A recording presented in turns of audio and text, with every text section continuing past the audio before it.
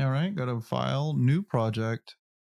And we're going to replace the Python project with our WordPress on Elastic Beanstalk name and then create that in a new window. And while it's creating the Python virtual environment, it only takes a few moments to index. And then we're going to go ahead and start deleting some of this boilerplate. Put our shebang at the top. Oh, geez. All right. So user bin Python. I always like to write myself a note. Last tested on. Oh yeah, I'm on 374. So that's good to know. Probably more specific than I need to be, but yeah, it's kind of go from nothing to something, right?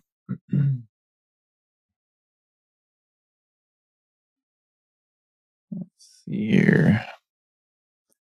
I'm not going to worry about imports just yet.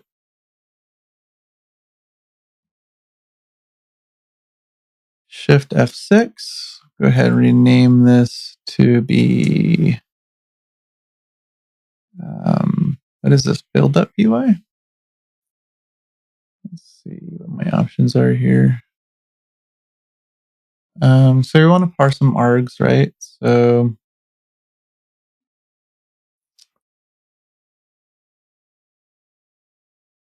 how do I want to start doing this? Let's start from the top, right? So argument parser, establish a description. Oh, geez. So yeah, I don't have this import, so I'm going to go ahead and import it. That looks like it did just fine. I'm going to add an argument.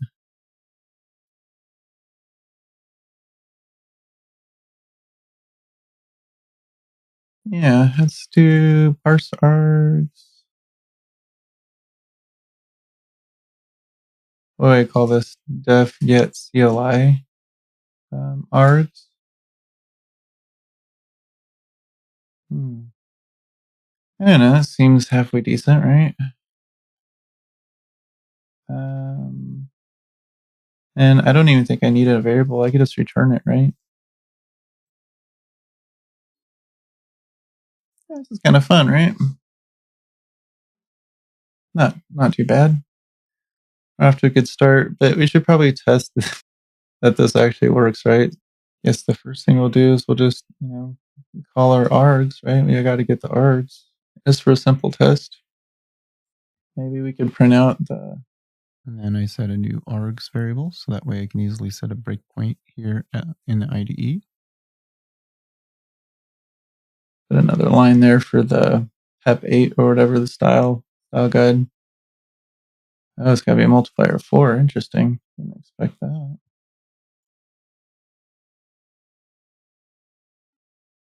Okay. All right. Let's see. Let's get CLI args. Sounds good.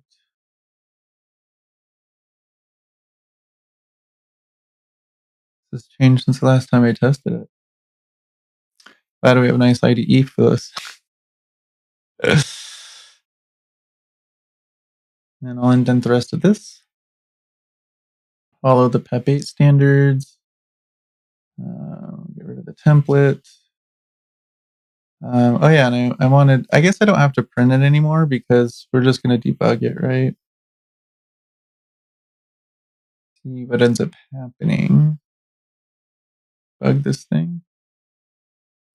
And if we take a look, that's at the breakpoint here, so that way the variable gets defined. Oops. Let's resume the program. Wow, I never made it. Oh, I got a usage message. Following arguments are required. Okay, so that's actually pretty cool. So we got some feedback that parse args required equals true is working, which is great. But I do want to edit this configuration, and I want to offer a configuration, right? So we called it site. What is it? Site name. equals Billy JF, right? This is for my site, billyjf.com.